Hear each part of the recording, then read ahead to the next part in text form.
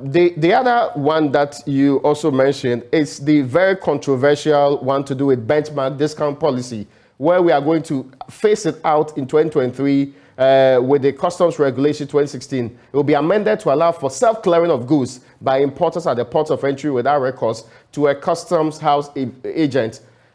This morning, I heard importers. I also heard people who run some of these shops complaining that already they are struggling to get customers. Any attempt to worsen the climate when it comes to the cost involved in clearing goods and the import duty cost here is going to force them to pass on more cost to the consumer or sack people so they can break even.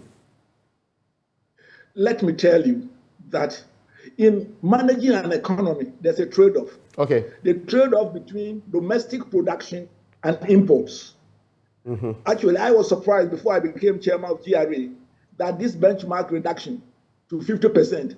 I told them, I said, who had that crazy idea from the first place? It shouldn't have happened at all. And if they pass it on so that imports become dearer, so be it. Let us have parallel production support for local production. We cannot think that in this country, importers of consumer goods mostly should be at par with those who produce locally. And so I think that it is in the right direction.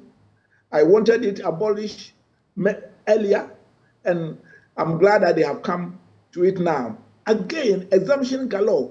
These foreign companies are those who are enjoying those so-called exemptions, the mining companies and the rest. And the Ghanaians are paying taxes.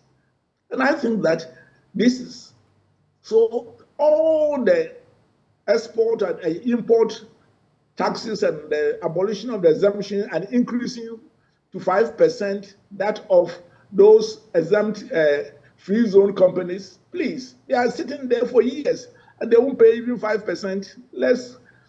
Ghanaians cannot be the ones, cannot be worse off by these taxes. We are better off because it will encourage domestic production.